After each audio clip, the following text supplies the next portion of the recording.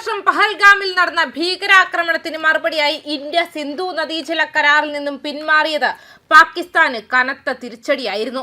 പിന്നാലെ കാലങ്ങളായി മുടങ്ങിക്കിടന്നിരുന്ന പല പദ്ധതികളും ഇന്ത്യ പൊടുതട്ടിയെടുക്കുകയാണിപ്പോൾ.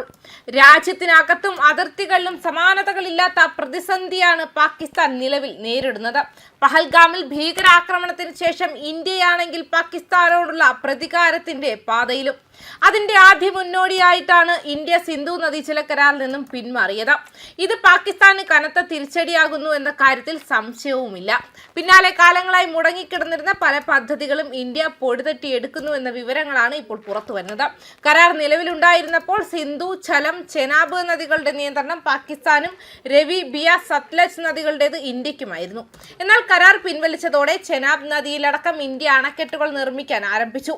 ചെനാബ് നദിയിലെ സലാൽ അണക്കെട്ടിൽ നിന്നും ചെളി നീക്കാൻ National Hydro Electric Power Corporation ആരംഭിച്ചതാണ് ഏറ്റവും പുതിയ തിരിച്ചടി. ഇതിലൂടെ അണക്കെട്ടിന്റെ ശേഷിയും വൈദ്യുതി ഉൽപാദനവും വർദ്ധിപ്പിക്കാൻ കഴിയുമെന്നതാണ് പ്രത്യേകത. സിന്ധു നദീജല കരാറിൽ നിന്നും പിന്മാറിയതിനു ശേഷം ഇതാദ്യമായാണ് ഇന്ത്യ ജമ്മു കാശ്മീരിലെ സലാൽ അണക്കെട്ടിലെ പ്രവർത്തനം സുഗമമാക്കുന്നതിനുള്ള നടപടിയിലേക്ക് കടക്കുന്നത്. അണക്കെട്ടിലെ 6 ഗേറ്റുകൾ തുറക്കുകയും ചെളി നീക്കുന്നതിനുള്ള നടപടികൾ സ്വീകരിക്കുകയും ചെയ്യും. ഇതിനായുള്ള ടെൻഡർ നടപടികൾ ആരംഭിച്ചിട്ടുണ്ട്. സിന്ധു നദീജല കരാർ പ്രകാരം അണക്കെട്ടിലെ ഗേറ്റുകൾ തുറക്കാൻ ഇന്ത്യക്ക് അധികാരമുണ്ടായിരുന്നില്ല. ഇതിന്റെ ഫലമായി അണക്കെട്ടിൽ വൻതോതിലാണ് ചെളി അടിഞ്ഞത്. 284 മില്യൺ ക്യൂബിക് മീറ്റർ ആയിരുന്നു അണക്കെട്ടിന്റെ സ്ഥാപിത ശേഷി. ചെളി നീക്കം ചെയ്യാത്തതോടെ ഇത് 9.91 മില്യൺ ക്യൂബിക് മീറ്ററായി ഇടിഞ്ഞു. ഇത് അണക്കെട്ടിലെ വൈദ്യുതി ഉൽപാദനത്തെയും സാരമായി ബാധിച്ചു. കരാറിൽ നിന്നും പിന്മാറിയതോടെ ശേഷി 14 മില്യൺ ക്യൂബിക് മീറ്ററായി ഉയർത്താൻ ഇന്ത്യക്ക് കഴിഞ്ഞിട്ടുണ്ട്. എന്നാൽ ചെളി നീക്കുന്നതിലൂടെ വൈദ്യുതി ഉൽപാദനം എത്ര കൂടുമെന്ന് ഇപ്പോൾ പറയാനാകില്ലെന്നാണ് അധികൃതരുടെ വിശദീകരണം.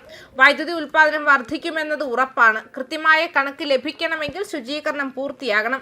അണക്കെട്ടിലെ ഗേറ്റുകൾ തുറക്കാൻ കഴിയുമെന്ന് തന്നെ വലിയ കാര്യമാണെന്നും അധികൃതർ വിശദീകരിക്കുന്നു. 690 മെഗാവാട്ട് വൈദ്യുതി ഉൽപ്പാദിപ്പിക്കാൻ ശേഷിയുള്ള പദ്ധതിയാണ് സലാർ ജലവൈദ്യുത പദ്ധതി. ഇതിനു പുറമെ ജമ്മു കാശ്മീരിലെ 2 ജലവൈദ്യുത പദ്ധതികൾക്കായി 5703 കോടി രൂപ അനുവദിക്കാനും NHPC ഡയറക്ടർ ബോർഡ് തീരുമാനിച്ചിട്ടുണ്ട്. കരാർ ഒപ്പിട്ടാൽ ഇക്കൊല്ലം മാർച്ച് മുതൽ നിർമ്മാണം തുടങ്ങും.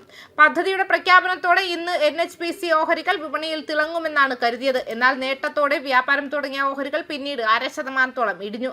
കൃഷ്ണഗംഗ ജലവൈദ്യുതി പദ്ധതിയുമായി ബന്ധപ്പെട്ട് ഹിന്ദുസ്ഥാൻ കൺസ്ട്രക്ഷൻസ് കമ്പനിക്ക് 227 കോടി രൂപ നഷ്ടപരിഹാരം നൽകാൻ ആർബിട്രൽ ട്രൈബ്യൂണൽ വിധിച്ചതോടെ ഓഹരിക്കത് തിരിച്ചടിയായെന്നും റിപ്പോർട്ടുകളുണ്ട്. ന്യൂസ് ഡെസ്ക് കർമ്മ ന്യൂസ്.